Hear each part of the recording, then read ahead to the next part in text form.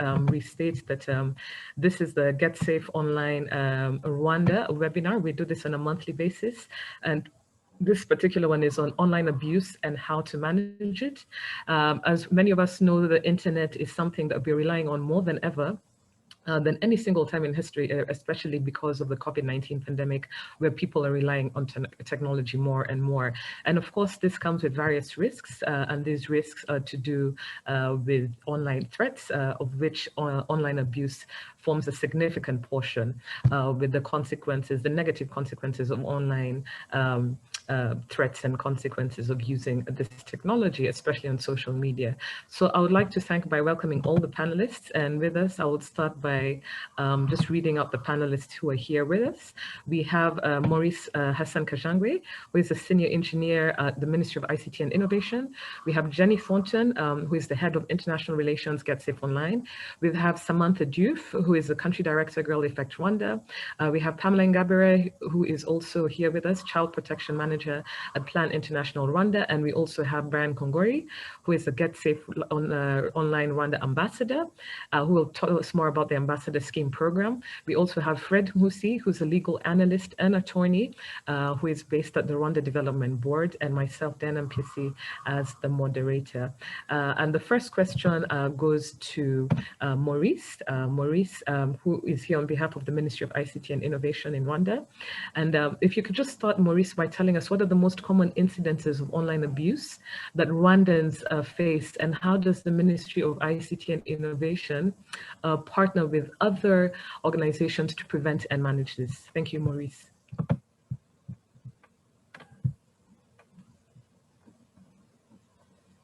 Maurice? Yes, sorry, my mic was switched off. Thank you, Diana. Thank you, the panelists. Thank you, the audience. Before talking on the most incident and its management, I would like to talk on the weaknesses and bad behavior we manifest in the cyber arena. This will help me to clearly show why we have this incident. Human behavior is the weakest link in the chain of the cybersecurity. The chain of cybersecurity is made by people, processes, and the technology. From the Varonos report of 2019, it shows that 24% of data breach comes from human error, while 90% of malware comes from emails, and 71% of cyber attacks begin with spear phishing. This can be reduced if everyone knows how he can identify those vulnerability. On the human behavior, I can mention the following: oblivious behavior.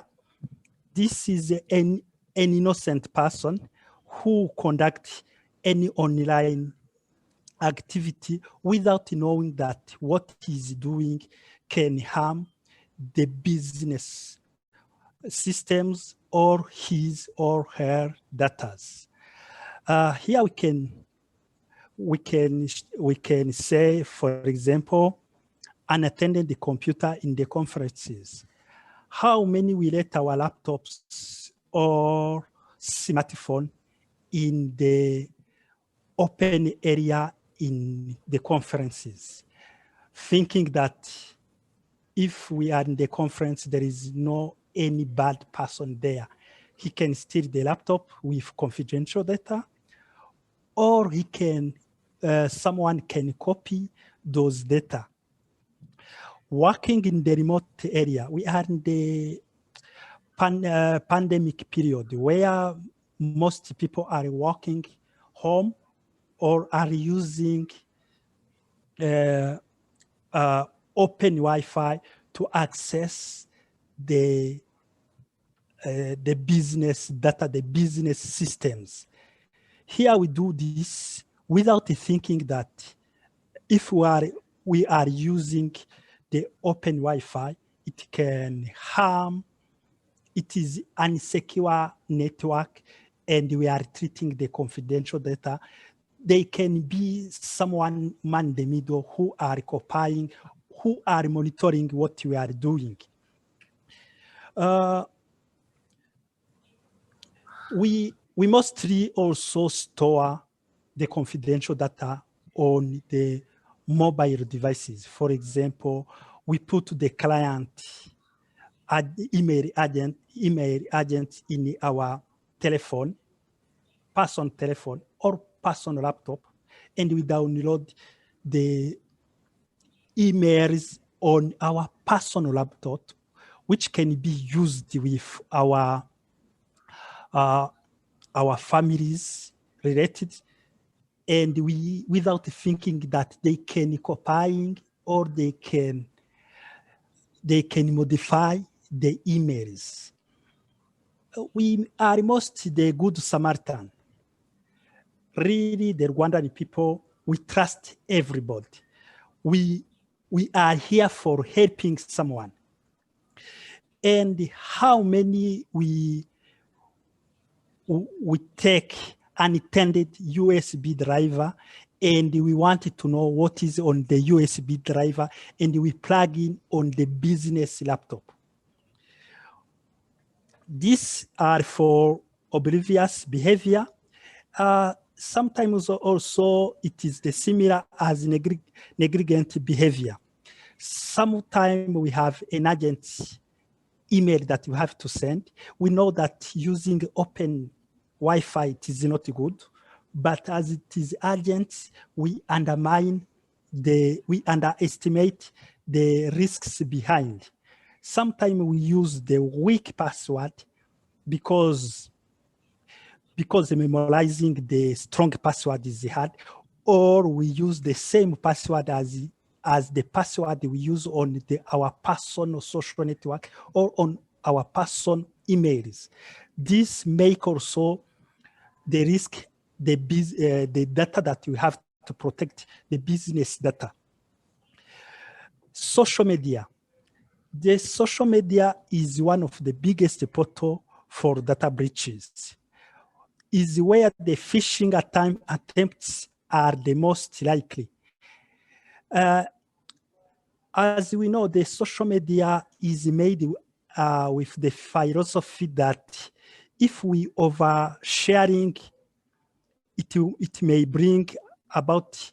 If we oversharing, it will help the people to be more relevant on the social media. The more social we are, the more we will be noticed and recognized. We forget that as we put on some social media something, it remains there, and also is where the bad people are mostly monitoring what we do. Sometimes we request the support using the social network. We don't know how to do something. Therefore, we put our technology and we show what the problem that we are facing and request if someone can give us the support. This we make the risk our the system. As I explained there, let's now talk on the common incident that we have here in Rwanda. I reflect what I say in the above and showing why we are facing this incident. Fake news. Here in Rwanda, we have many fake news passing through on the social media. These fake news really are related either by increasing the number of followers on our social media platform, political reasons, marketing reasons. That's why I shows that on the social media, we put many things to increase our followers. Either also, as many people are on the social network, the political messages passing are posted on those social media. Identity theft. As I Hello, said, Maurice, we can't hear you. Sorry. Do you hear me now? Hello? Yes, we can hear you, Maurice. Okay, thank you. As I said, identify more on the next most incident that we have online, it is identity theft. More we share, we reach on the point that we don't have something to share. Therefore, we start sharing the way we live, our business information, what we like, our summer vacancies, the name of our children. So this, it shows our timeline every day. Therefore, people can follow what activities that I'm posting on on my social network, and we know exactly what to say to the people, and he or she impersonate me, or she requests me the confidential data because he knows everything to me. Intellectual property incidents. Really here in Rwanda, we have many incidents related to intellectual property. We are occupying, sharing the intellectual property of the people, the music, the video, the copy of the books, using the torrents program. Social engineering. As I said before, the most incident begin with social media. We have many phishing email, the spams, cyber harassment, child online abuse. As I said, the Rwandan people, our culture, we trust. We have the trust to our authorities. If somebody is impersonate our bosses and he sent email like the email of our boss requesting to share or to do anything, we don't think twice before we share those documents. So here I request the people to think twice before responding any online request. How the ministry is managing this incident. The ministry, with the partners, we developed the directive, the policy, the strategies, and the guideline to show the people what they have to do, what we have to prioritize while we are handling the online, while we are managing the cybersecurity. We have technical capability. We have a National Cybersecurity Authority, which is in charge for coordination and related cybersecurity related activities. We have a public key infrastructure, which is securing the online activities, either the email, digital signature, e-commerce platform, website, and so on. We build also the capacity building. We know that without capacity building, we cannot, even though we have the technical, we have technology, even we have the policy and the well elaborated the policy strategy and the law and the regression, without the technical people to help us to handle cybersecurity, we cannot do anything. So we have technical training for cybersecurity expert for the end users, and also we know we have to build the cyber hygiene culture. That's why we have the public awareness program, and also we partner with Get Safe Online to put the platform where everyone can access online technical support. If someone, she or he meet any online activity and he or she don't know how to handle it, he can go on the Get Safe Online. He will get the guidance for how he can handle that issue.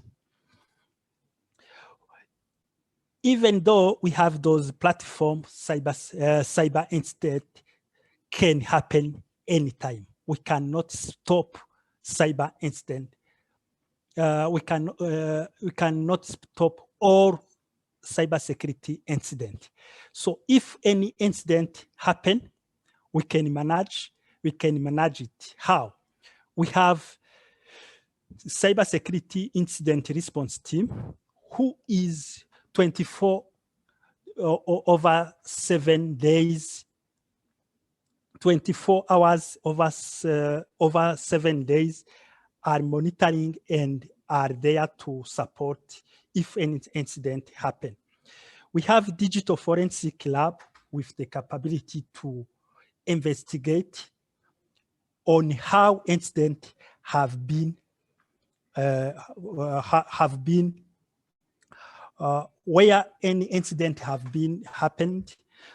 We have cybercrime investigation division with the capability to conduct a cyber incident investigation, and we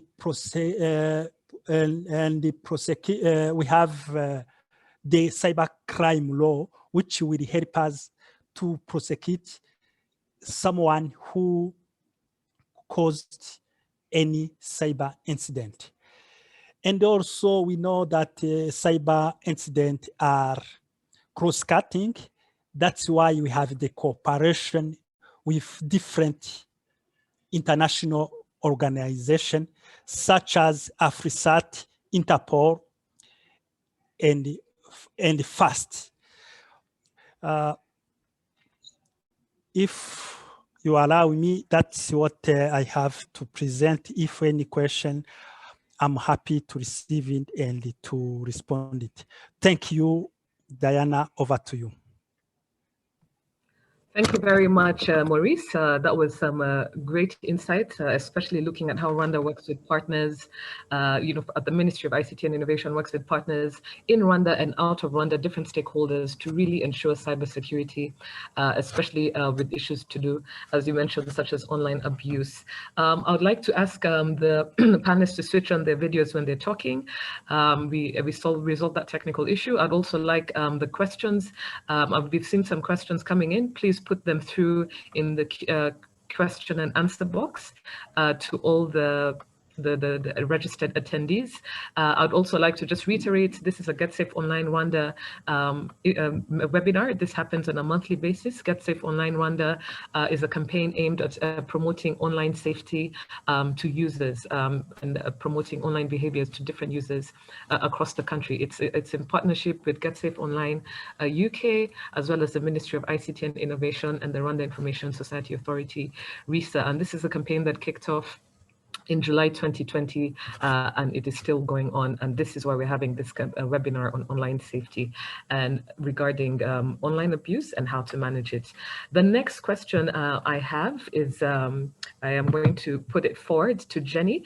Jenny, as I said earlier on, is the head of international relations at Get Safe Online, based in the UK. Jenny, similar to the question put forward to Maurice, the question to you is just on a global level, what are some key partnerships and actions that Get Safe Online UK does to promote awareness of online abuse? And if you could also share with us some examples of some outcomes or actions that have happened, especially when it comes to the safety of youth online. Over to you, Jenny. Thank you. Thank you very much, Diana. I'm really glad I can share my video. So great to see all the other panelists as well. So good afternoon to all of you. It's a pleasure to join you, and I'm honoured to join this excellent panel of experts on this topic. So Diana, I'll get straight to your question there, which is a really excellent question and allows me to tell you a little bit more about what Get Safe Online does. So as you say, Get Safe Online has been working in Rwanda since last year in 2020, but we've actually been working globally since 2018. And we have partnerships and projects in 22 countries around the world, including Rwanda. Our mission is to provide impartial information, advice and guidance across a whole range of online safety issues, which does also include online abuse. It's also worth saying that we train volunteers in each of our operational countries so that they can take messages out into their communities about the risks that are there on the internet and also to enable people to stay safe online. And I know actually that we're joined by one of our amazing Gold Star ambassadors, Brian, who is based in Rwanda in Kigali himself. So you'll be hearing a little bit more from him later. But on to the topic of online abuse. So I have interpreted your question, Diana, on online abuse as harm being felt by individuals online. And that harm is the online abuse that takes an emotional and mental toll on the person as well. So I think it's right to start by saying that Get Safe Online offers very comprehensive information on a whole range of online abuse forums. And the information that we have on our website is available in both English and Kinyarwanda. So we are trying to reach as many people as possible in Rwanda with our very kind of easy to understand information on online abuse. And we also kind of drill down into the definition of forms of online abuse. And actually to give you some examples of the online abuse that we particularly give a spotlight to on our website, that includes cyberbullying, cyberstalking, trolling, catfishing, revenge porn and online impersonation and many other forms of online abuse actually. So there is a lot of high detail, very specific information to be retrieved from our website. And when we give definitions of what that online abuse, I think that's really important, particularly for victims who may have experienced something very negative online and come to the Get Safe Online website looking for validation or to identify their experience with a pattern of behaviour that is well known in the online world. So, for example, for cyberstalking, we define that as persistent and frequent unwanted contact from another individual. So we try to reassure victims that what they might be experiencing isn't anything to do with them as a person. This is actually a trend that a lot of people can experience online. And then we reassure them further by drilling down into what the risks of that form of online abuse might be. And we also then elaborate on how people can protect themselves online. So whether they can take actions to prevent that online abuse from happening again, or actually to flag up when they need to seek help themselves for that online abuse. And you also asked about partnerships, Diana. Now, we are very well connected worldwide with other like-minded organisations. And we're in the Solomon Islands.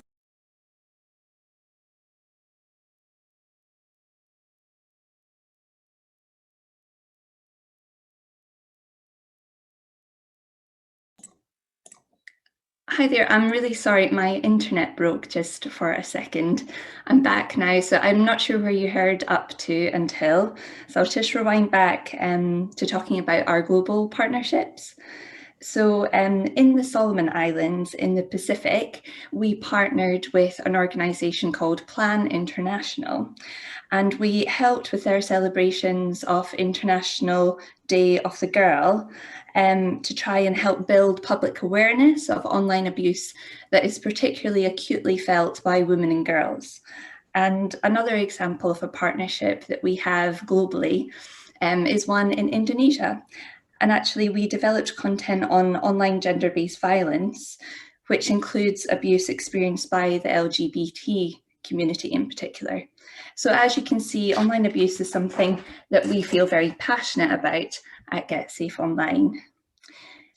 So Diana, I think your second question was, what are the major outcomes when it comes to the safety of youth online. Now, actually, child online protection is a big passion of mine. In a former role, I worked to establish reporting portals for child sexual abuse imagery online. And I always feel it's very important to encourage open and frank discussions amongst a family environment. Just having a conversation around the family dinner table, something as simple as that can have a huge impact and a huge value. I think the impact of things like that can't be underestimated.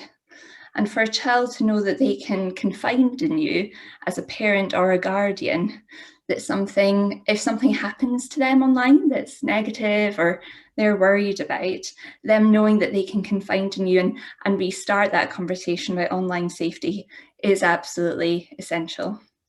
So thank you, Diana, and Murakozy.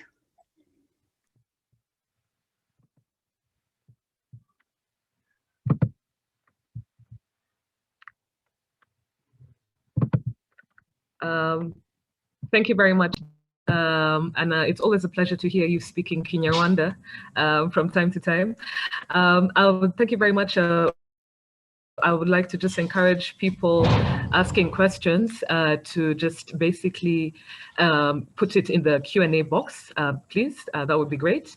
I would also like to now ask the second question, and this question goes straight to Samantha. And Samantha, I would like to ask you if you could just tell us the Girl Effect in Rwanda. You know, this is a program that is there to empower girls to navigate to the pivotal time of adolescence so they can make positive choices about their health, education, as well as economics. Samantha, if you could just share with us what Girl Effect's safeguarding policy is when it comes to online safety, especially with the communities that Girl Effect works with here in Rwanda. Thank you so much, Diana. Greetings to the rest of the panelists and also the attendees this afternoon. Thank you for inviting me to be part of this. It's a real pleasure. And already I've learned from the other two panelists, so that's great. Before I jump in to respond to your question, I know you know about Girl Effect in Rwanda, Diana, but just a brief overview for others to understand a bit about us. So we are an international NGO. We've been based here in Rwanda since 2011. So we've been working with adolescent girls and youth as a population audience for almost 10 years.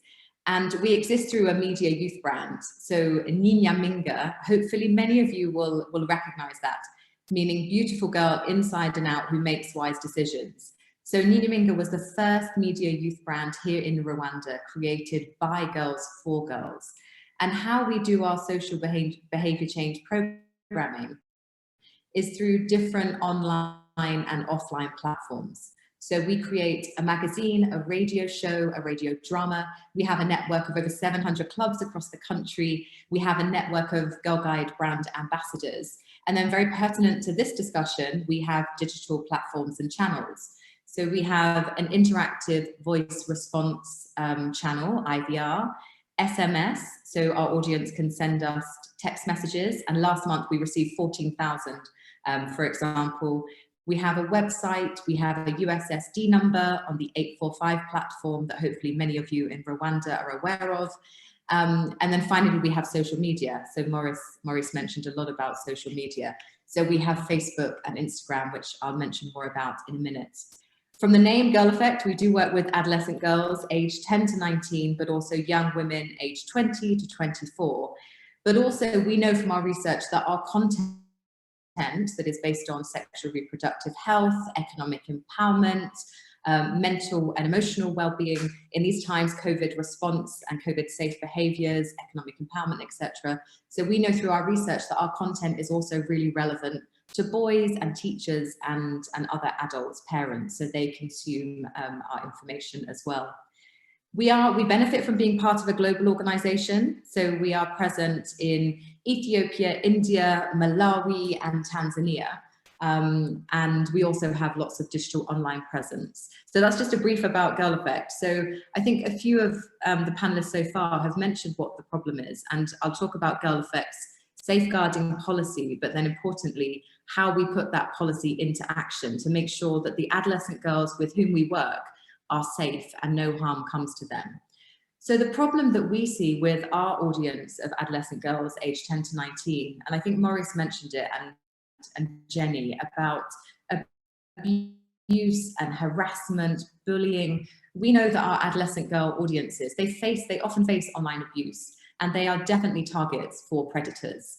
But we also know that the issue is complex. So we've been working with adolescent girls even in times where digital content and platforms weren't as widespread as they are now. So we've always worked with girls in a face-to-face way as well. And we know that girls, they face potential abuse both in person, so offline, but also online. From our experience too, and our understanding of girls and abuse that they face, we know that girls and young women, they are disproportionately targeted and at risk of online abuse and harassment and trolling. We also know, of course, as you will as well, that the adolescent girls are often disenfranchised, disadvantaged, and particularly in countries such as Rwanda. So there's a real digital surge here in Rwanda. But if you see a girl in a rural area, she may not have access to digital, or she may just be starting on her digital journey and therefore not really knowing how to navigate, not really knowing how to keep herself safe. So that combination of the risk and actual trolling, her not being digital literate, really puts those girls at risk. So what does this situation, what does this context mean for Girl Effect and our safeguarding approach? So if you allow me just briefly to talk about safeguarding, and then I'll talk about what it means in action. So reassuringly, we work with adolescent girls and young women, so safeguarding is at the heart of everything we do. For Girl Effect, it's not a compliance issue. It's not something that we do just for donor funding, which we all as NGOs are really after these days. But it underpins everything we do. It's a value of our work. We take a holistic approach, and the standards that underpin our safeguarding policy really cut across all aspects of our organisation, from safe recruitment to safe partnerships, to how we engage young people and make sure that they feel comfortable and safe.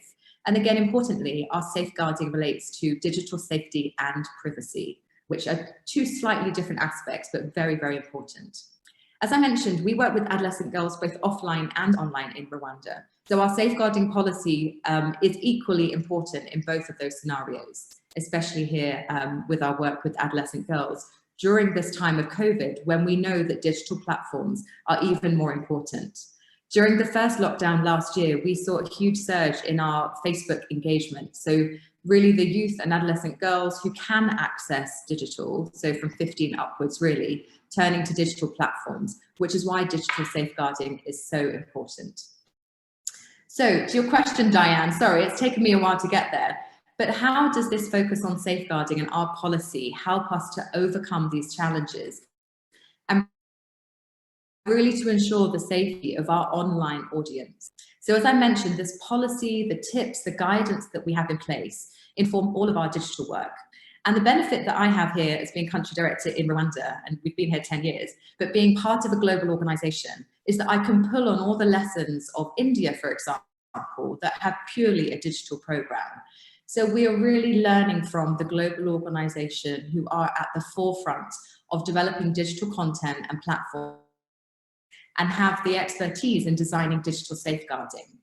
So in Rwanda, we're very much on a learning journey, and I'm going to share with you our experience, but of course, there's still much more that we can do.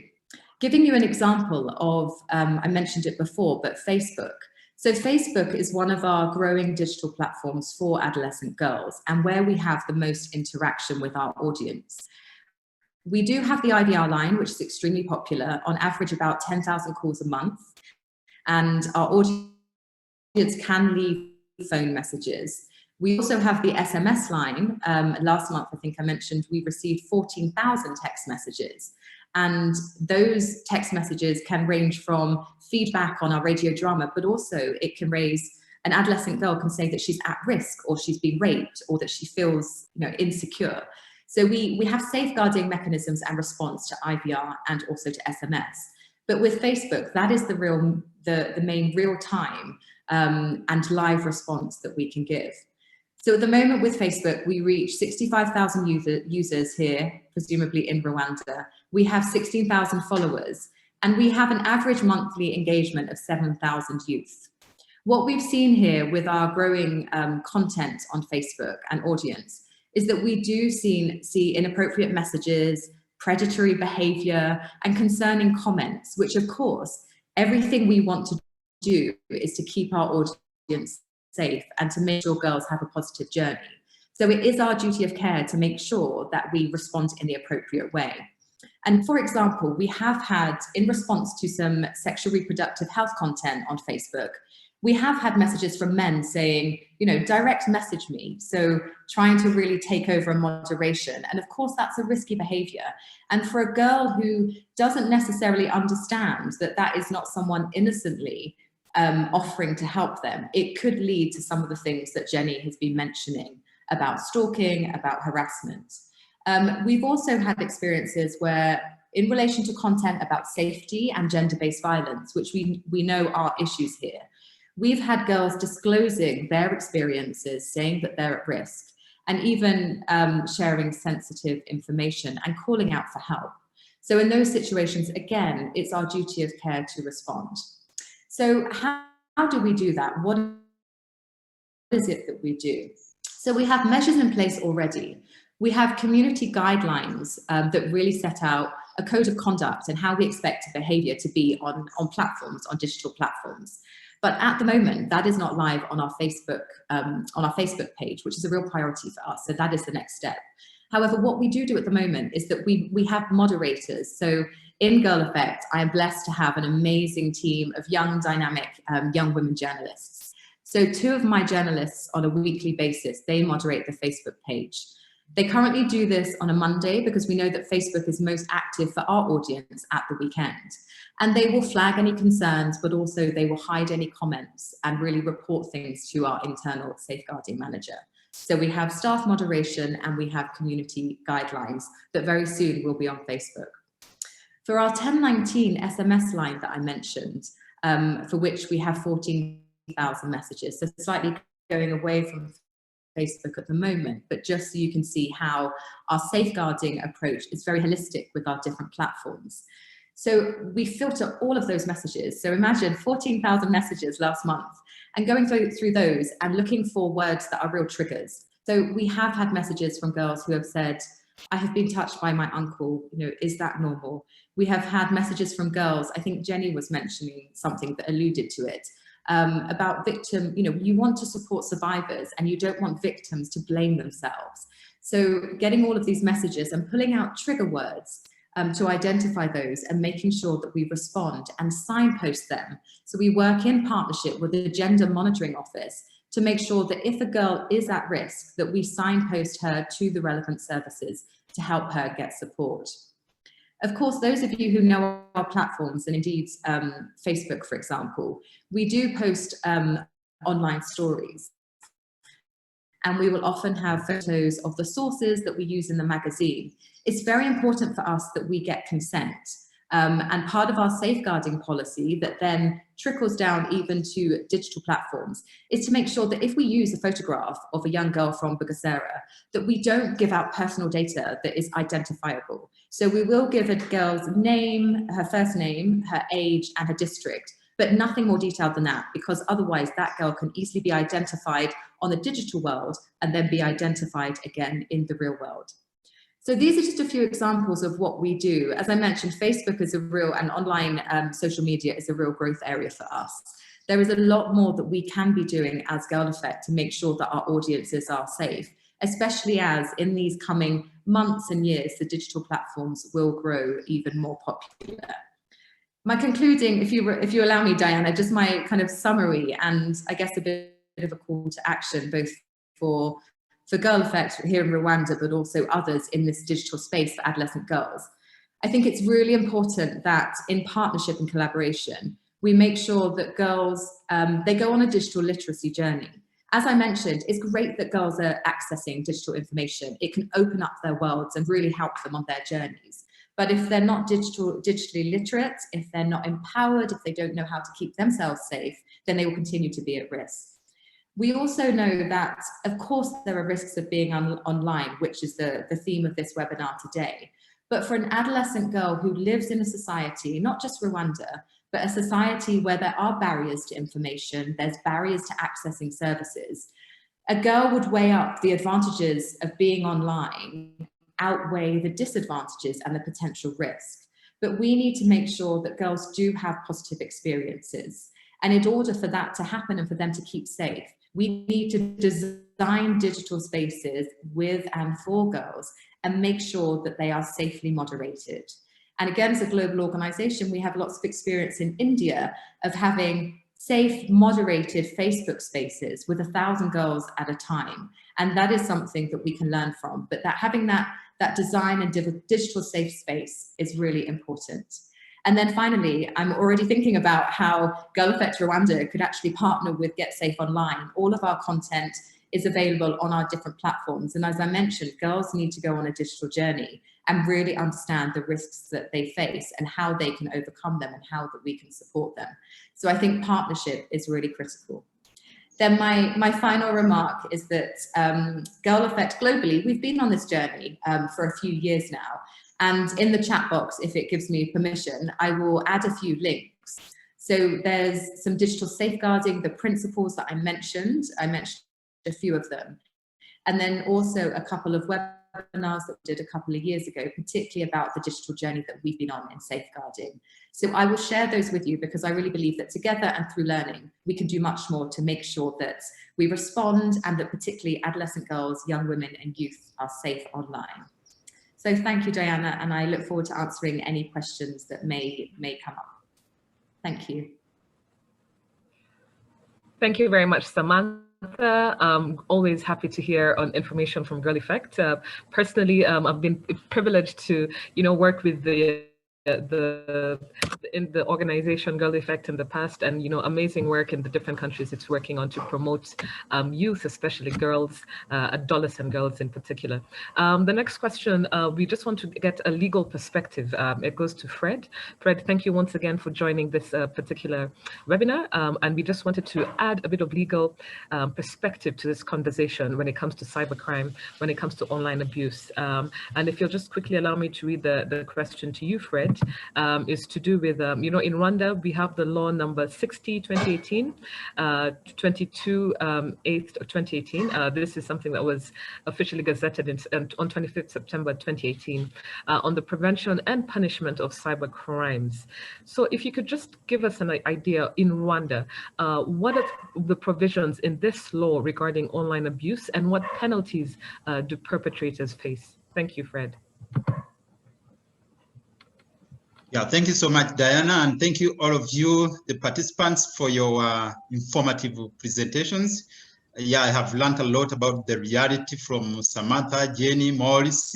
Yeah, that was very interesting. Yeah, to get from you. Yeah, actually, with regard to the question that is put to me, yeah, part of it, I think Morris has tackled a little bit of it about the legal framework.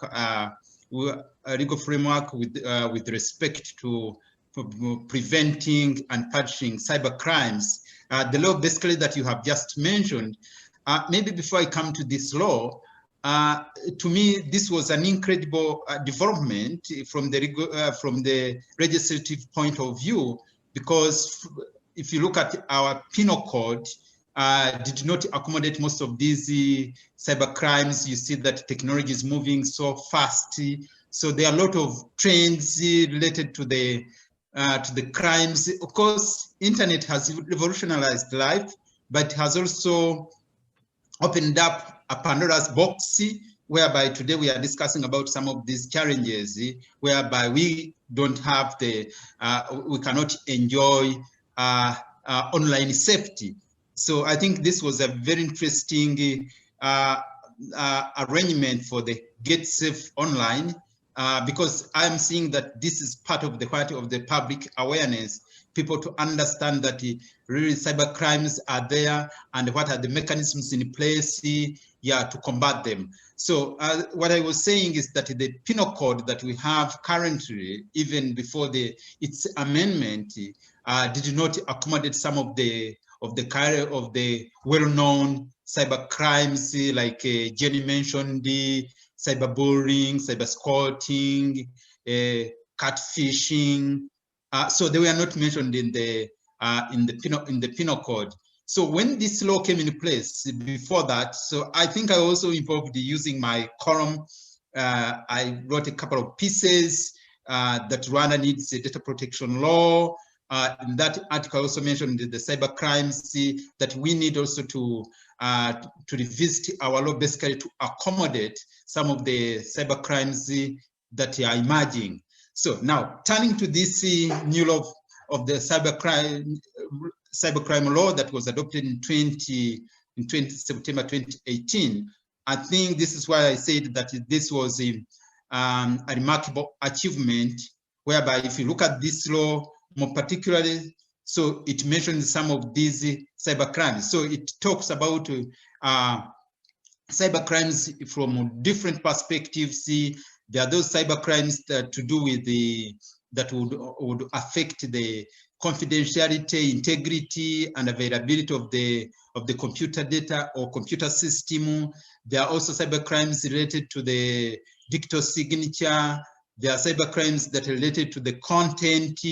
So if you look at this law, maybe before I go particularly to some of the specific provisions, what is the purpose of this law? If you look at the purpose of this law, for the lawyers, that's where we have to start from. The starting point is that the purpose of this law, of course, it aims at preventing and punishing cyber crimes. So some of these cyber crimes, as Maurice mentioned in his presentation, is that some of these crimes are cross-cutting. At times, they could be committed outside the country. So the law prevents and punishes cyber crimes that are committed in Rwanda, but also those that could be committed outside the Rwanda that have effects here in Rwanda. Because most of these crimes, whenever they are committed, are not necessarily that they have to be committed from here. At times, they are committed outside Rwanda. So one of the biggest challenges today that we have of the internet, of course, internet has revolutionized life and has brought so many benefits to life. But as I said, internet is not a panacea. So it has also some of its own challenges because it does not respect geographical boundaries, whereby if someone is in 100 or 1,000 of kilometers outside Rwanda, you can be able to commit a cyber crime, and then that crime would have effects here in Rwanda. So interesting now, when we come to this law, so it mentioned some of the clauses. I don't know, maybe Diana, if you want me to share the clauses, or I can talk maybe briefly what is contained in those clauses, or you want me maybe to share the screen of the law? What do you suggest? I think just not to get too technical, if you could just quickly go through, just give us a summary, just give us an idea. Okay, Thank that's you. interesting. Yeah, thank you. So if you look at this law, it has got some of the clauses, and maybe I'm not going to be mentioning the number of the part of the specific articles, but it mentions cyber stalking. Cyber stalking, I think Jenny mentioned defined this, and it punishes that crime. So this is a crime whereby you can post or share the message pornographic, or that intends to threaten or that intimidates someone. So that crime is mentioned today, and it has got a corresponding sanction. Maybe I don't know if I would have to read the punishment that is provided in the law, but it is there is a punishment to the cyber stalking, and the law also mentions the impersonation, whereby someone would disguise as maybe from a competent authority, and then of course with the misleading information. That one is also punished under the cybercrime law. They also mentions the phishing. Phishing, this is, I believe that this is a crime that is still new in the minds of so many Rwandans, which is very interesting. Maybe, Diana, that if you continue with this arrangement for the party, for having this monthly webinar, I think it will be a good public awareness, people to understand that these cyber crimes do exist and have had impact on the economy and our society at large.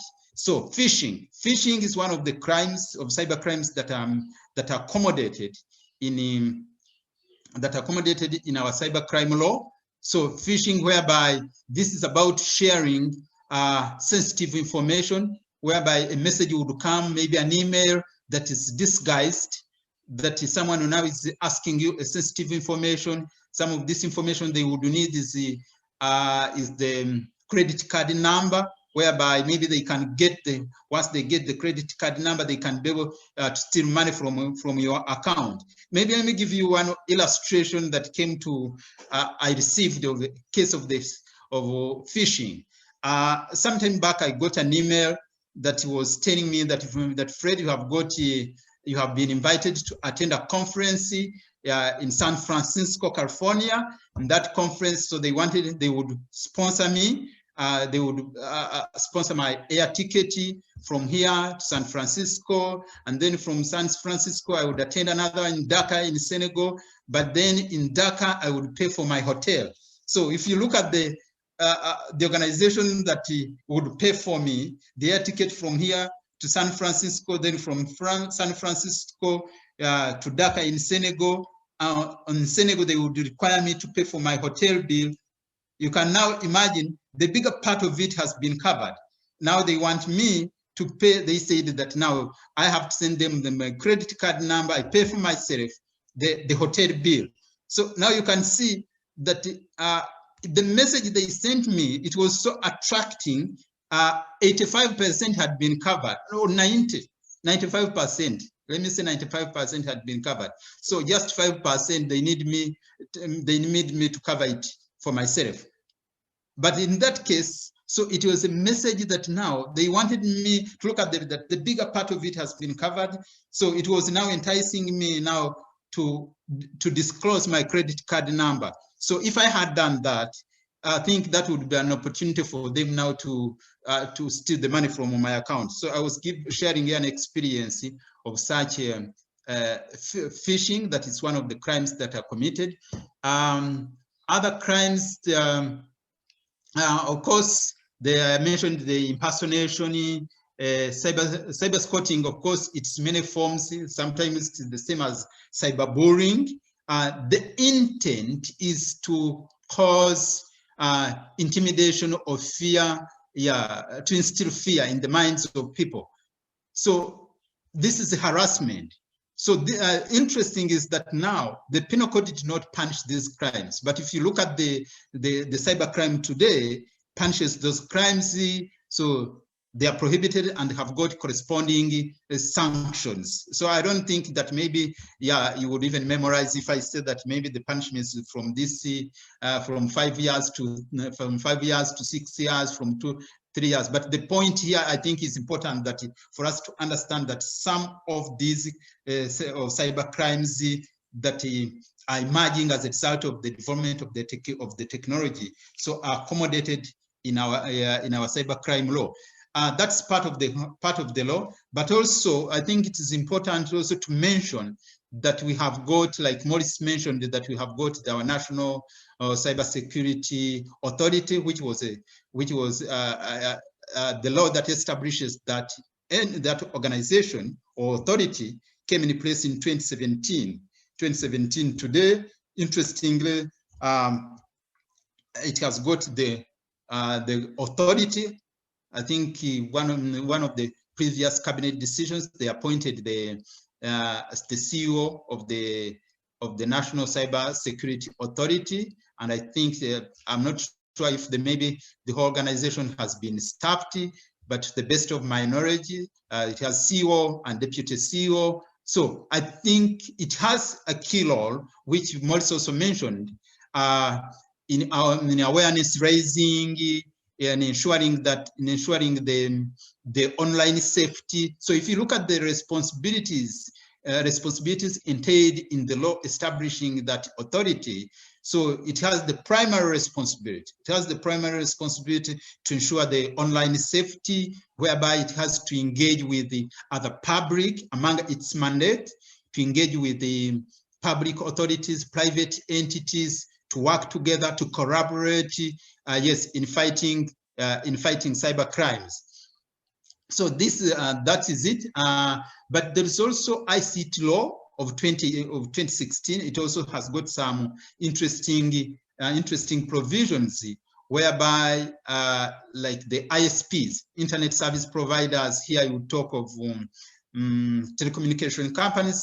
They have as well a role to play, because if maybe there is unwanted or harmful content that would come in their wires, they also have the responsibility.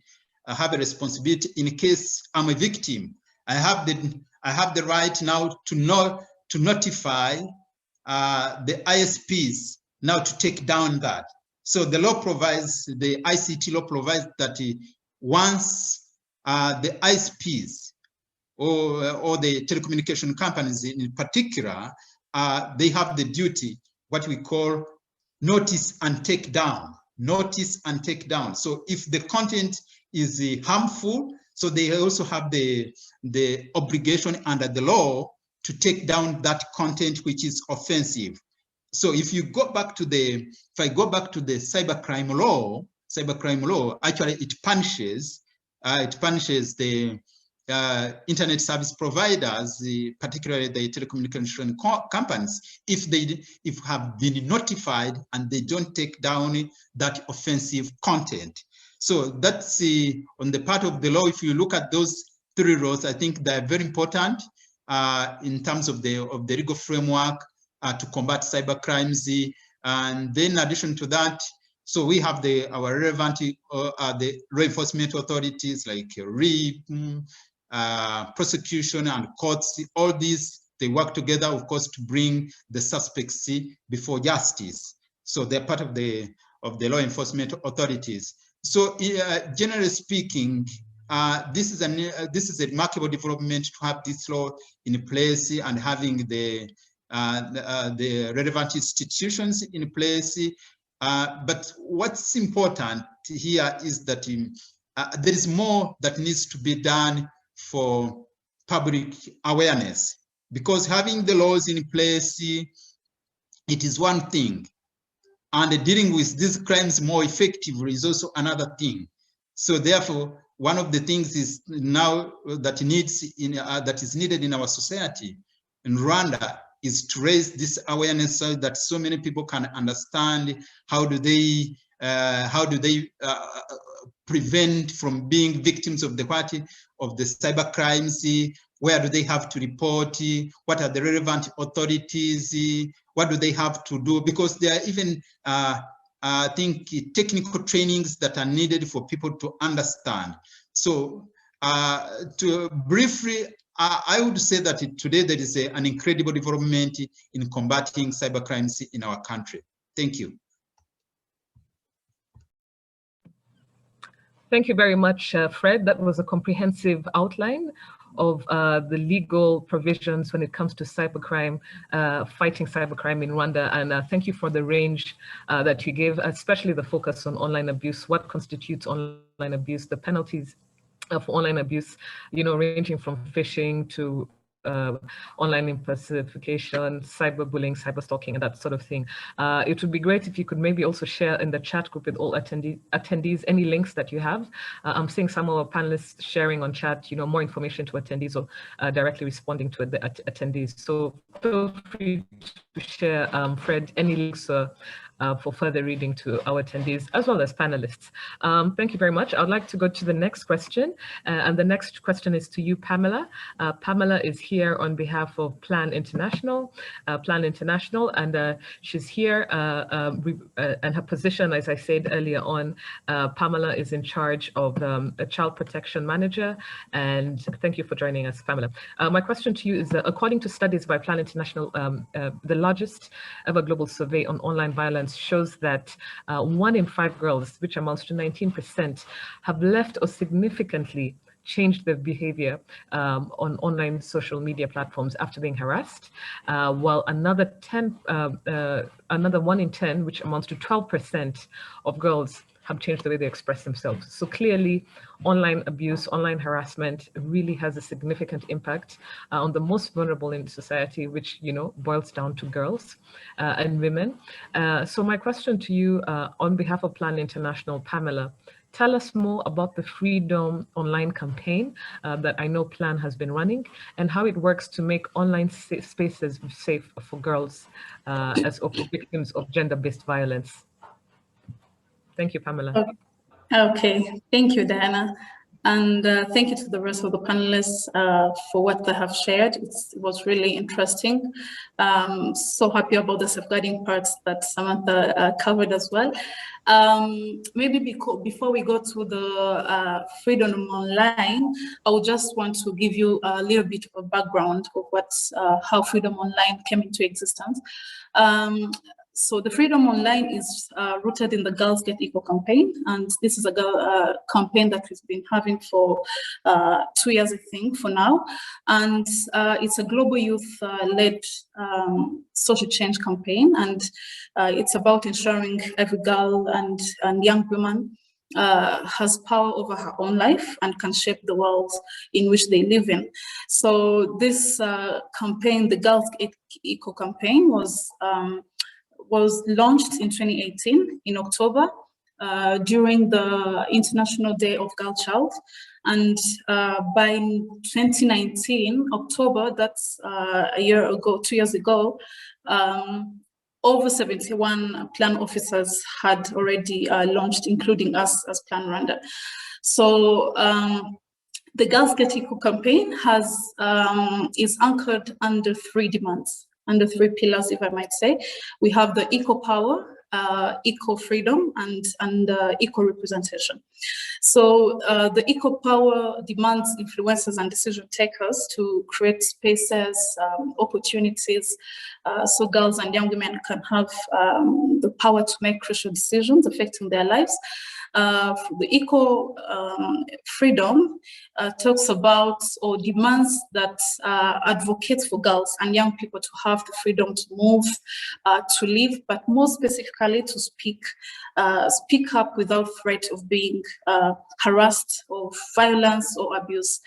And the equal representation demands world's storytellers, educators, advertisers, marketeers to stop reinforcing damaging stereotypes through their communications and start working with girls and young women to share diverse stories of girls' power. So today we are focusing on the equal freedom, which is one of the pillars that I was talking about. So it's this campaign, of course, talks about freedom in the community, but also online.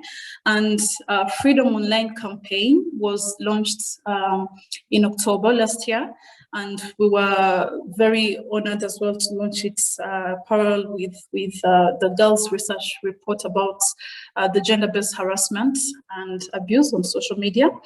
So the campaign itself aims at, of course, visibility and awareness of this issue, but also including among young people who experience but don't recognize that there's online abuse, online violence, and those who recognize it but don't know how to report such harassment. So how did we end up in this area? Because, of course, as most of the panelists said, we have children, young people, and especially girls. And I think most of you know that Plan International is a child-centered organization and advocates for children's rights, but especially equality for girls. So we found out that in this future that we are talking about, girls and young women, for young women and girls includes digital use in general. So, and we've noticed that they face online harassment, abuse and violence, and when they speak out, especially issues that matter to them. So it's really a barrier to them, leading to leading the drive for gender equality and changing the social norms that we always talk about. It's therefore important for us to protect them from any harm and to help them and empower them to speak up. So I'm glad you mentioned about the survey as well. One of the evidence from the survey is that across the 22 surveyed countries, 52% of girls actually reported that they have personally experienced some form of violence or harassment on social media platforms. And this was actually backed up by 15 of 18 participants in the key informants interviews. So this already shows that it's a very big problem that has to be dealt with. And the change we really want to see is that governments and digital platforms and all the duty bearers in general really take active steps to end such harassment and violence against girls and women. So moving forward, after giving you this background of how Freedom Online campaign came into existence, what exactly then are we doing to make sure we have the space, a safe space for online engagements, especially against gender-based violence?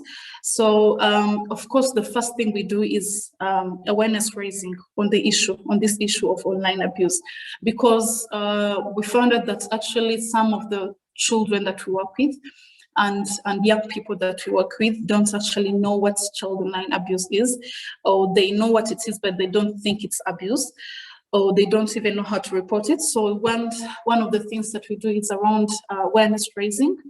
And I also mentioned about the report, the State of World's Girls report, which is a research report about gender-based harassment and abuse on social media. And it was launched on the 5th of October last year. And the findings, I believe, from this research will serve as tools to engage corporates, governments, and other stakeholders to really take action, give their commitment towards our goal. Another strategy that we use to make online spaces safe for everyone, for girls specifically, is takeover activities. Takeover activities, we've been doing this even before we launched the Freedom Online campaign. These are tactics that we use to engage young people, and especially girls in this case, to take over digital spaces and advocate for the change they want to see. And we also use celebrity and influencers engagements. This is because, of course, we want to maximize our visibility, but also to involve influencers who have a strong engagement youth audience to help share this campaign and encourage people to take action. So as part of what we've been doing since last year, as Plan International Rwanda, of course, I've talked about awareness raising on different digital platforms, Twitter, if you follow us on Twitter, on Facebook, and other different platforms. We've been creating different messages around online abuse. We had a talk show last year and with Arabia, with Diana and the rest of the team on online child abuse. We actually contributed also at national level on the National Children Summit. I believe you remember the theme under the last year's National Summit, the Children Summit.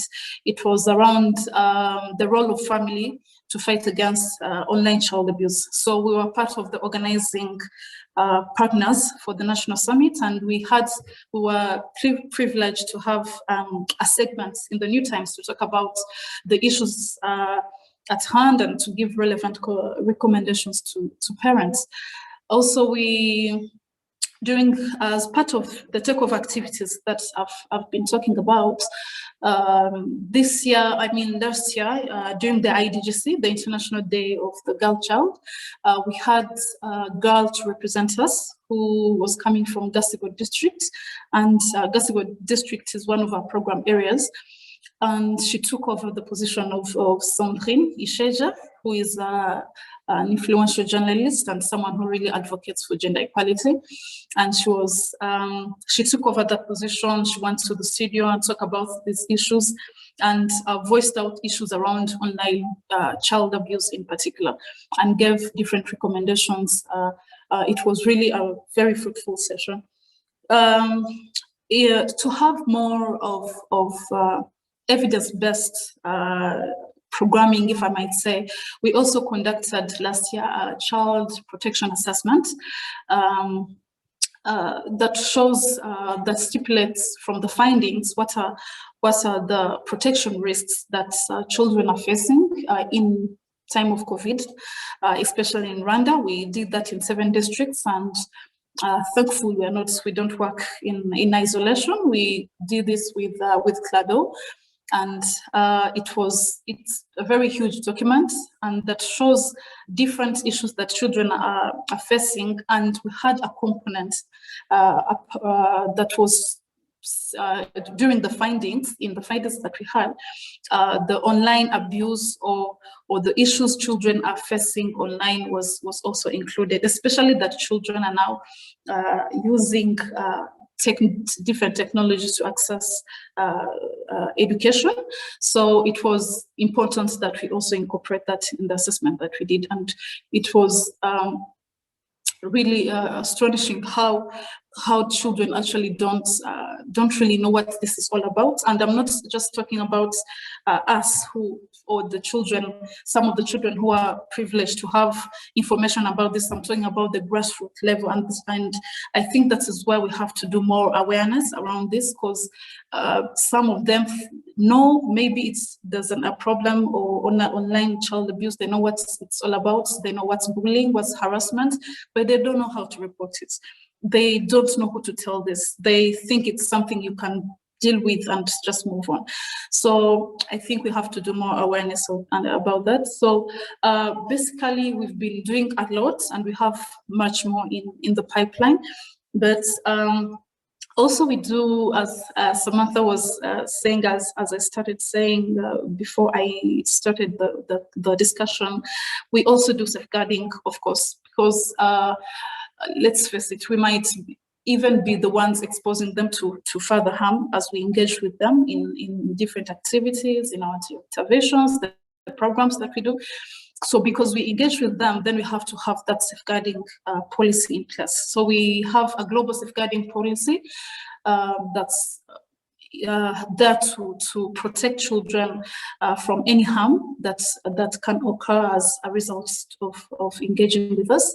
So we identify different risks that may occur in that case, in case they are involved in different platforms that we create or that we send them to represent us. So so how do we manage them? Because we would identify, different risks, maybe content risks of getting exposed to harmful content, maybe through passive recipients, or general safeguarding risks, which refer in this case to other types of harm associated with a young person's involvement in the platform as a result of us failing to take reasonable actions to prevent this. So how do we manage these risks? So, and this of course goes in line of how we make these platforms safe for them.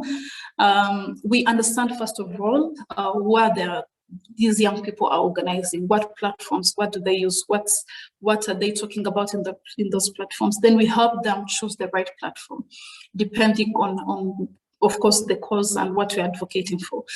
But before we go into choosing the right platform, we first conduct a risk assessment for online platforms, and it involves really different people, our comms and advocacy person, the activity owner, and we really exhaust every thought. We think out of the box and identify every risk that could occur in case the child or the young person is engaging in such activity.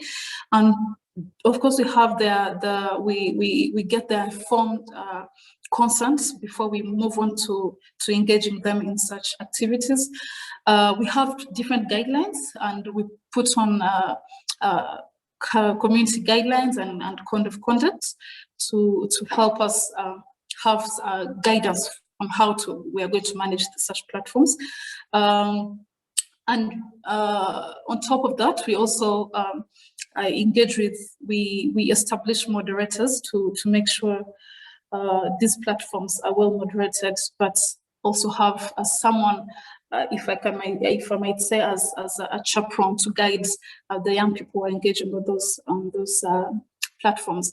And mostly, we also set up clear reporting mechanisms. We have safeguarding focal points people across the country where we work from in both development and humanitarian settings to whom we report every safeguarding concern. So for me to wrap up, if I could say, I've taken you through what Freedom Online is and what we've been doing and how we've been involved in country and the global level. But something that I would love to bring, because of what I've been saying and how children and young people, and especially girls, really don't know what's going on or think it's okay to deal with it.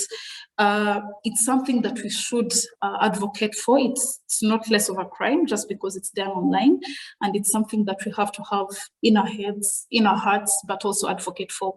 And also encourage positive masculinity and men engagement to voice out such issues for gender equality, because if we are talking about body shaming, harassment, sexual exploitation and abuse, by the way, also happens online. We need brothers and husbands and whichever way you want to call it to back it up and help us discourage such behaviors. So Diana and the rest of the participants, I hope you got what I was talking about, and thank you so much, and I'm welcoming any question. Back to you, over to you, Diana. Thank you very much, Pamela. I especially like the passion with which you talk about how just because it's online doesn't make it less of a crime when there's gender-based violence online and offline. Thank you very much. I'd like to encourage everyone to just put on their videos now. We're going to the last question, and then we'll go answering the Q&As. Just also for the people attendees to just get a view of everyone. I would like to welcome Brian Hongori, a young gentleman with us here, and Brian is part of the Get Safe Online Rwanda Ambassador Scheme. Brian, if you could tell us more about the Ambassador Scheme in Rwanda, the Get Safe Online Ambassador Scheme in Rwanda. What does it do? What and what are some of the plans to educate people on online safety, also looking at the factor of online abuse? Over to you, Brian. Thank you.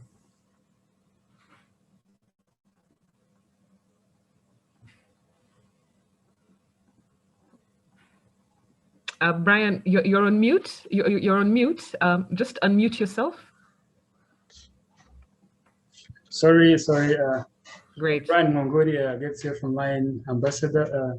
Ambassador Scheme is a voluntary program by Get Safe Online where they provide trainings from their experts, where they train local reading people so that they can be able to deliver online safety awareness via online or in person.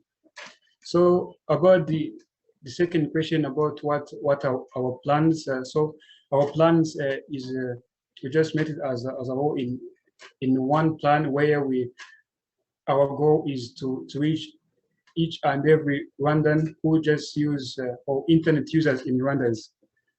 The other question was about how do we contribute on social media. About what we are saying now, we teach individuals, like first of all, we know that those abusers are from are in our range of age. So we know how we can just look, and we have the same eye. So we look in the same mirror, so we know what they are doing, and we put ourselves in their shoes so that we can understand how they feel when they just commit that abuse. And it's very easy for us to understand how we can just give them some advices so that they can be able to change that bad so that they can change that bad behavior.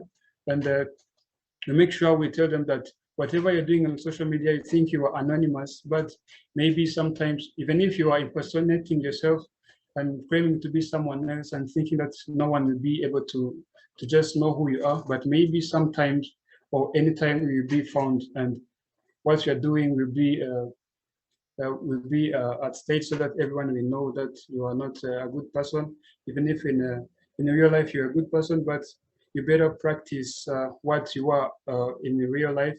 Don't think that online is a place where you can do whatever you think you can do in person. So what we are focusing on today is teaching every Rwandan who is able to use internet, as internet is a big tool today, where mostly the spike of internet users have been rising in these years, and even the pandemic led to high rise of number of internet users. So this means most people or many people are being vulnerable to those attacks. So I said, why can't I just be one of people who can just help my fellow Rwandans to understand about these threats and how to avoid them. And I joined the program, and even if the program we are trying to be where everyone can be. If you think you can help someone, so that's what we are doing. Thank you.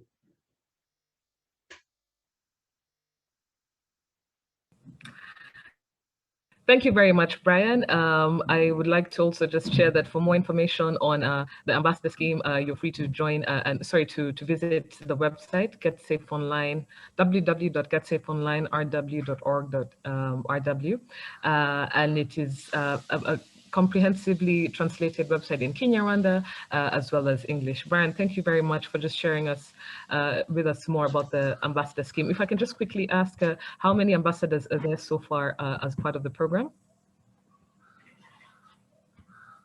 Now we are 8. You're 8. Okay, great. Thank you very much to everyone. I would like to ask questions. Jenny, quickly, if you can sit through the questions, or do you have to leave now and Tony can take over? Just clarify for me. Yeah, very sorry, I do have to go, but we do have the CEO of Get Safe Online on the line through calls, so he is your perfect person. So thank you so much. Thank you very much for joining us, Jenny, and thank you for your presentation. I would like to welcome Tony on behalf of Jenny. Tony is here with us. Tony is the CEO of Get Safe Online. Tony, it's a pleasure to have you here. If you'd like to add anything, that would be great, but we'll just go straight to the questions. But before we do, is there something you'd like to share? No, I think it's very impressive, the panel that you've got here. Their knowledge is very, very impressive, and it's been a pleasure listening to you all, as opposed to being a panelist, but just being a participant. So thank you all for being part of it. Thank you very much. I'm just going to go to the first question. Maurice, thank you so much for answering some of the questions on the chat. I've seen you answering some of Freddie's questions. I'm going to, and just having a general conversation with Freddie throughout the entire webinar. I've just been seeing your questions and being answered between you and Freddie. I would like to go to the first question we have. And this first question is from Jean-Marie Vianney. If I could just read it, he asks, and I'll read 2 questions, and the panelists will decide which questions they want to answer. So Jean-Marie's first question is, how do you intend to work with governments, so companies, universities, and other online providers to avoid online grooming that leads to human trafficking? Very interesting question, Jean-Marie. For this is to do with, scholarships, the promise of visas, that sort of thing. So that's Jean-Marie's first question on online grooming. We have another question from Anik. And Anik says, great presentation. And she says, with the gender digital divide, we have what are you doing to bridge it so that the gender-based violence online interventions are of use to people being in rural areas? So her question is, with the gender digital divide, what's being done to bridge it, especially when it comes to gender-based violence? So those are the first two questions. I would like to ask who amongst the panelists, just raise your hand and unmute yourself, would like to answer the first question to do with online grooming and what institutions are doing, what your institutions are doing with other stakeholders to avoid this issue. Thank you, Diana. If you allow me, I can answer the first question. Really, cyber grooming is a common issue and cannot be handled by one institution. So therefore, we have a partnership to all stakeholders to combat cyber grooming. The way that we can discouraging those groomers, we have everyone, if any happen to be groomed by someone, he or she must report it to the Rwanda Investigation Bureau to help us to do investigation. That is the reporting. Then to discouraging you, we have to use the legal tools that we have. Fred have mentioned some articles related to the cyber grooming. If there is he or she get the punishment, I think we can discouraging those groomers. Thank you a lot. And also something that I have to add, we have to build the capacity for the people, conducting awareness to know that cyber grooming, it is a criminal.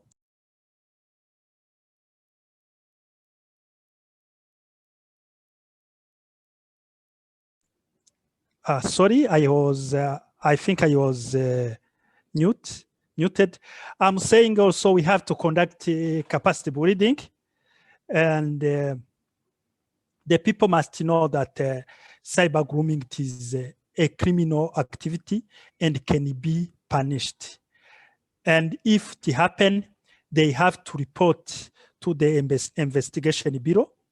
Therefore, they can conduct the investigation and prosecuted and punished. Thank you a lot. Thank you very much. Samantha, I think you also had something to say, and then we'll go to Fred. Yes, please. Thank you.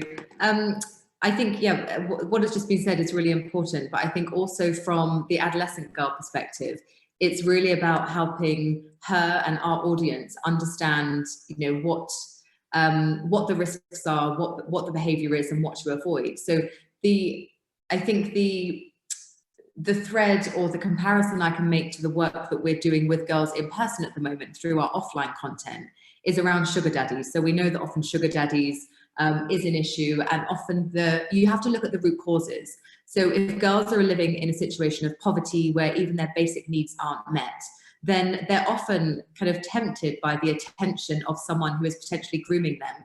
There's also a power imbalance. So, you're starting from an unequal position. But what we do through Ninaminga with our content is really to help girls understand power dynamics, not to be tempted by these offers and gifts and all of that. And also to help them in their own economic empowerment. So they don't need to look to others in order to get small francs, in order to get sanitary towels, for example. So I think for us, it's about using the principles that we use when we work with girls face to face and also to give them that same information for online grooming. So it's pretty much the same. But then it comes again to the legal framework. So there's lots of different elements that I think need to work together, and different partners. So us informing girls and raising their awareness about the illegalities of it. And regardless of whether they're groomed by a predator or they're at risk in their own community face to face, or whether it is online, what the risks are and how they can report it, and having that mechanism and raising awareness of the referrals and the safe spaces. And then also having those youth-friendly services at the other end. So I just wanted to add that perspective as well. Thank you. Thank you very much, Samantha. Yes, Tony, just unmute yourself. If you can unmute yourself. Yes, great.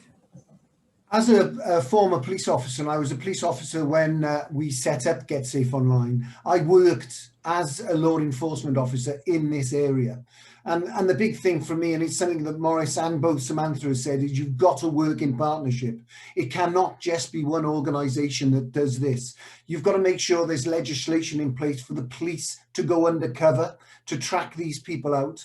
But probably the most important thing is to share with all our children, and this is around the world, that they need to pass on information. They need to share what they're doing online. They need to speak to their parents, to their peers, to their friends, their aunties, their uncles, their teachers, any time where they think something isn't quite right. And we need to talk to our children and tell them what the risks are out there and the sort of things that will be said to them and when they need to be highlighted. The one thing I get in the UK is parents and grandparents saying, oh, this is all very technical. My children know more than I do. Yet they don't know more about life and about the threats. And we've got to educate children about what those threats and risks are out there. If we can do that to get them to share that information, we can safeguard them more and we can lock up the bad guys. Very well said, Tony. Fred, would you like to also share your perspective on online grooming and how to prevent, manage, and avoid it? Yeah, thank you, Diana, and thank you also for those who have reacted to this issue. Mine actually is, I'm trying to underscore what is, I think Samantha has talked about with regard to the awareness. I think this is the most important thing that is needed, that we need to sensitize our young generation that these things are prohibited, so that now when they are, of course, they have the right of accessing the internet and communicating with friends, but they need also to understand inappropriate contacts. They need to understand the inappropriate conduct. All internet, of course, has so many things, but it also has bad things. So we need to educate them, not only the parents, but also I think when we talk of this, the stakeholders, we need also to engage the ISPs, the service providers, to be part of this campaign, also to participate in the sensitizing our young generation to understand all those illicit practices can happen online. So that's I think the most important thing that is needed. And then also it is important that once such inappropriate contacts are happening, they need to report this very quickly to the relevant authorities. I think, like Morris has mentioned, so you have RIB, but the first thing is for them, some of our young generations, they don't understand that some of these things are prohibited and are punished by the law. Therefore, I think it is very important, people, I think, to widen the scope of campaign, so that our young generation can understand this, because at times they think that, yeah, I think that's normal life. When you are in contact with anyone online, I think it is a good thing. At times they don't understand the risks associated with that. Thank you. Absolutely. Awareness is key, Fred, and this is something that just needs to be promoted over and over again. I would like, is there anyone who wants to say something about this, online grooming, inappropriate contact? Okay, the next question, I think Samantha, you answered it on chat, but please, I'd be happy to hear from you. The next question was from Anik, and she was talking about what interventions are there when it comes to the gender digital divide, if you're looking at gender-based violence, and what institutions are doing this. By the gender digital divide, this is just the wide gap between men and women, boys and girls who can access internet technology. And her question, I would like Samantha to answer the question first, seeing as you answered it on chat.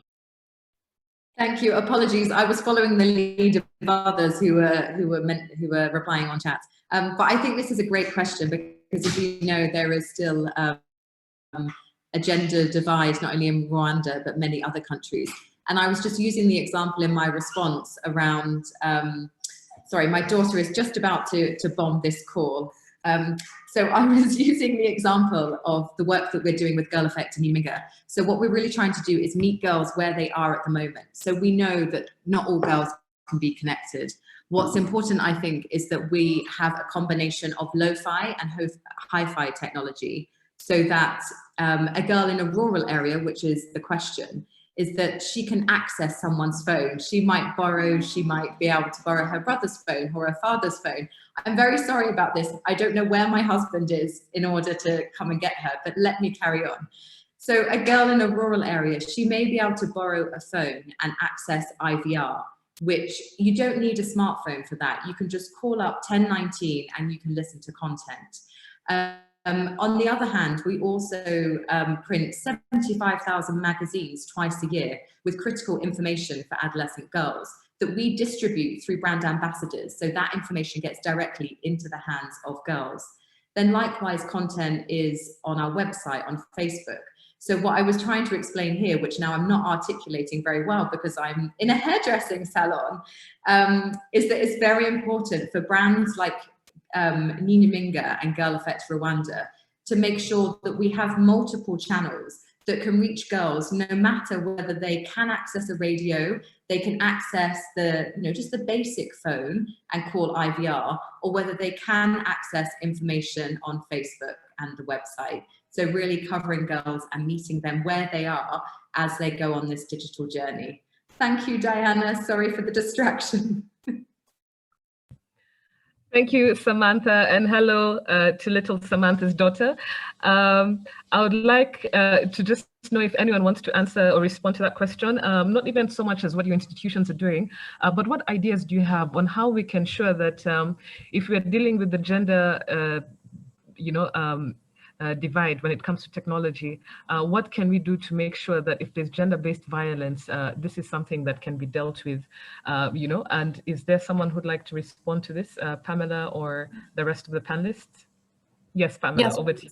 Yes, she's put it well, Samantha, and something that we actually do is also reaching out to girls in different areas that we work in. And surprisingly, by the way, from the assessment that we did, girls are accessing phones more than boys. And it was really surprising for us, especially during this COVID-19. But it also shows to what extent they're exposed to online abuse and digital abuse, anything that relates to online gender-based violence. We have different testimonies in that assessment that we conducted. But coming back to the question that was raised, I think it's important to find possible solutions, like really durable solutions and girl-friendly, not saying that boys are not more interesting, not really that, but seeing who is more vulnerable than the other and what we are experiencing in this era. I think it's more important to find safe spaces for these girls to talk about the issues that we are talking about right now. Do we find girl safe spaces in the community where we're working at, in the schools, at the community level? I talked about humanitarian settings. We work with refugee camps. We're supposed to be having different girl safe spaces that talk about gender-based violence. The issues that we are facing in real life, in physically, can be also talked about online. So I think it's important for for us to have that in place, but also to have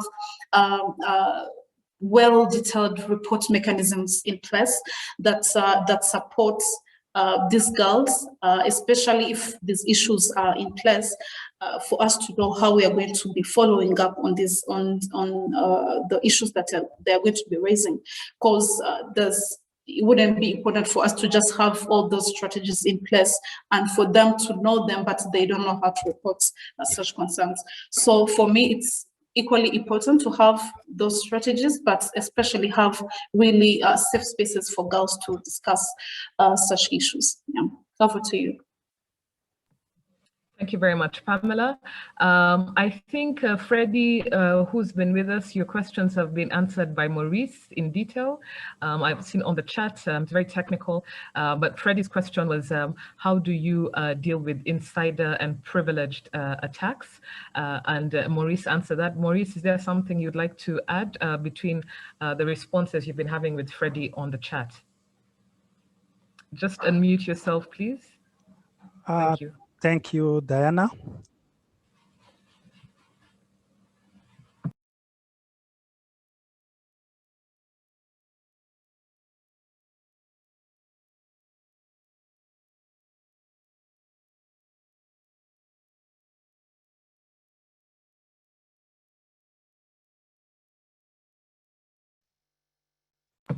Maurice, you're still on mute. Sorry about that. I don't know what's happening. Sorry.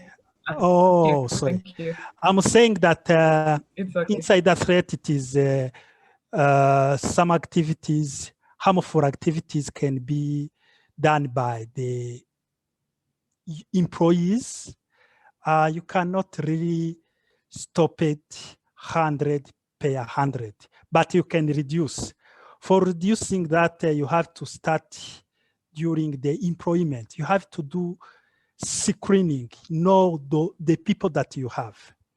You have to do policies, standard procedures, baseline guidelines, and ensure that you have management support to implement it.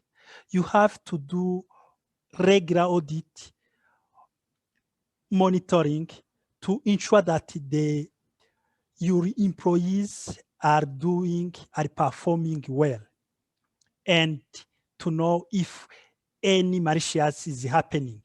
You have to implement the policies such as job rotation to ensure that to decrease that some people can put malicious software in the system. You have to do job segregation. That means that the people, no one can conduct a critical process and alone. There is someone to prepare, there is someone to approve, and there is someone to verify. You can implement technical tools such as firewall to filter some malicious activities, proxy server, IDS, IPS. Those are the technical tools that you can implement. But the important things is zero trust. Don't assume that all people are doing well. You have every time to conduct audit and monitoring. Thank you a lot.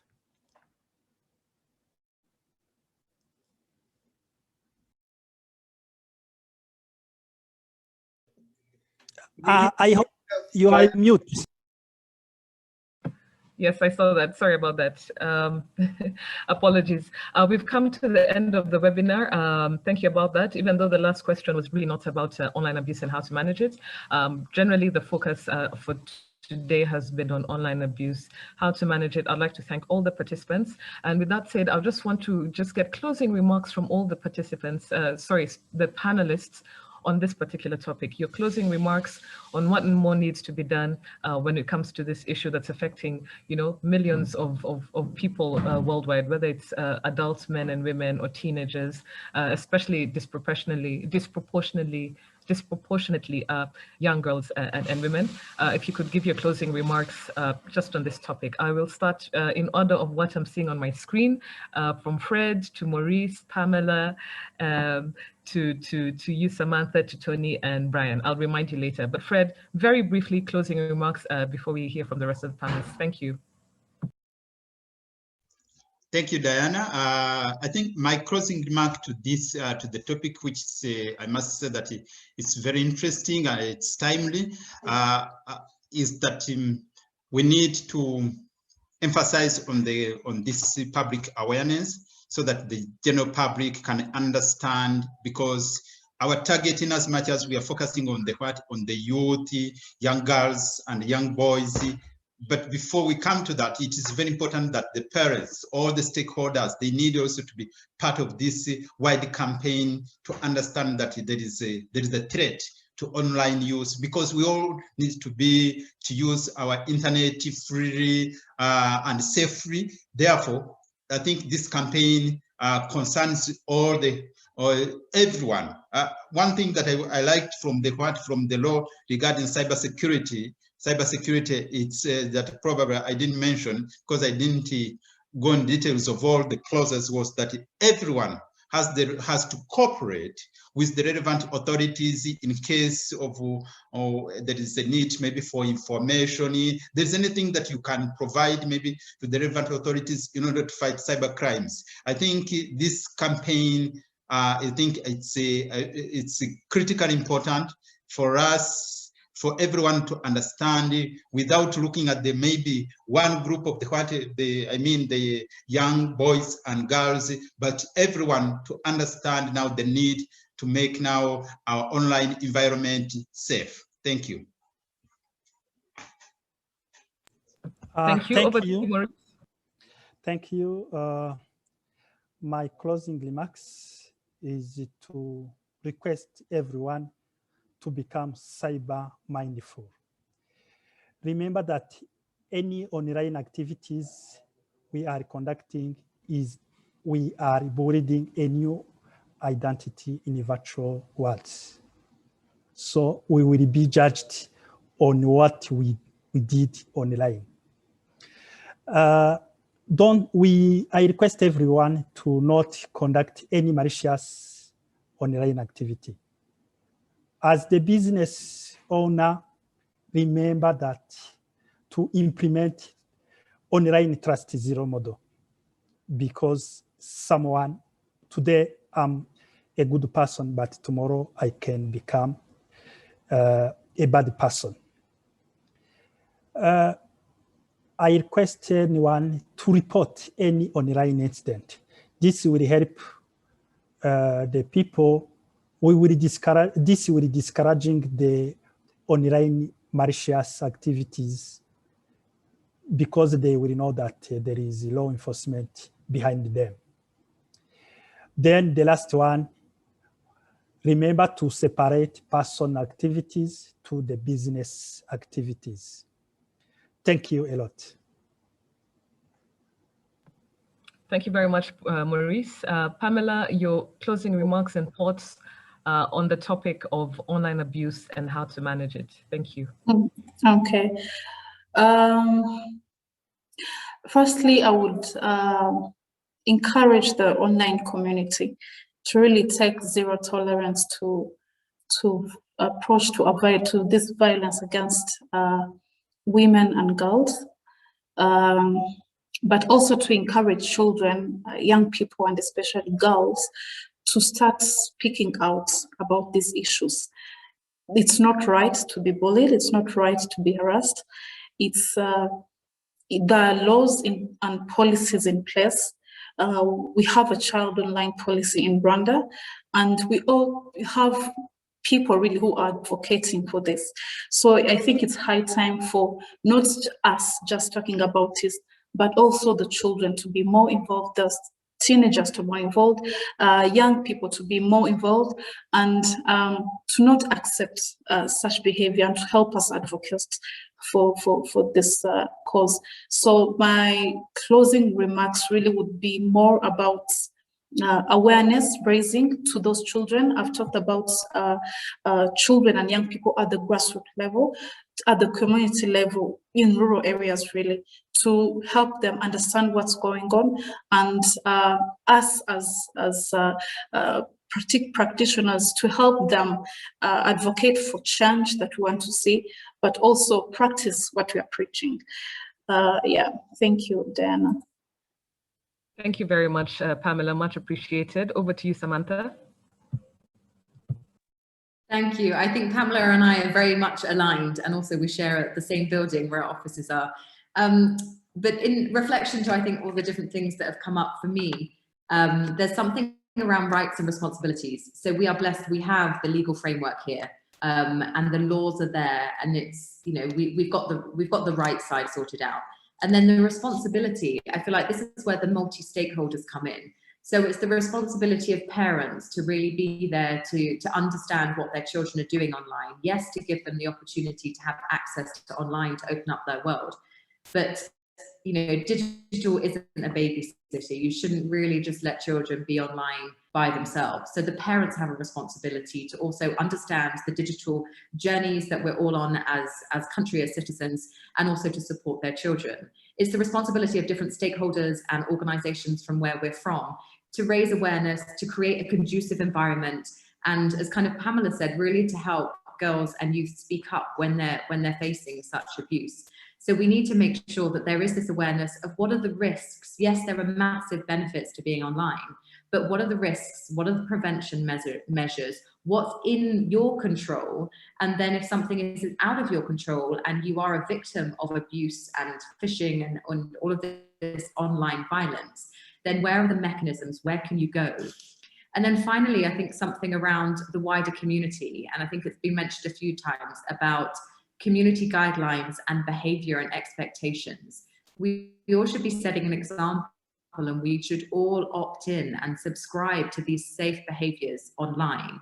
And then finally, Pamela and I both mentioned it, but safe spaces are really critical, and particularly safe spaces online as well as offline that are designed with the user in mind, and really can be that space where girls can feel safe to get information that they need, but also safe that if they are facing online abuse, there are those reporting mechanisms and they know where to go. Thank you so much for this opportunity. I've learned an enormous amount of today, and I think it really shows how partnerships and different perspectives are also really important. So thank you, Diana. Thank you very much, Samantha. Thank you very, very much. Tony, over to you. Well, you've asked about my closing thoughts, and I've got to ask, Samantha, what's your daughter's name? Her name is Safia. Safia. Well, I think she put a smile on everyone's face in what is a very serious, concerning issue that we've been talking about. But I think it should make us realise that Safia is from a loving, secure family. We're talking about girls, children that are not in a secure environment. And please think about that. Let's not just talk about it, let's do something about it. And I can only add everything that Samantha and Pamela has said. I fully endorse what they say. It's something that I truly believe in. And I think hopefully you realise that I am passionate about keeping people safe and secure. And I just say, let's leave this and make a difference when we leave this webinar. Thanks, Diana. Thank you very much, Tony, and a great call to action. I would like to hear from Brian. Over to you. Thank you, Diana. As my closing remark, I'll just make it as an advice. I'll tell internet users or online users to be to think as if you're going to be online, make sure that online is a place which allows people to act weird.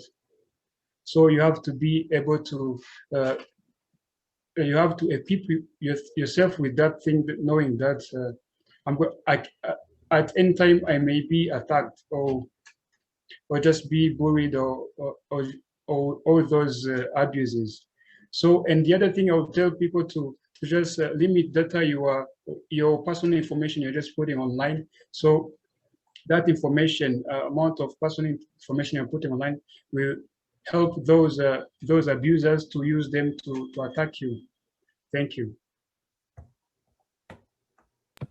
Thank you very much, Brian. I, in particular, am really looking forward to learning more, looking forward to the activities that Get Safe Online Ambassador Scheme has in the pipeline in the next coming months and generally in the future.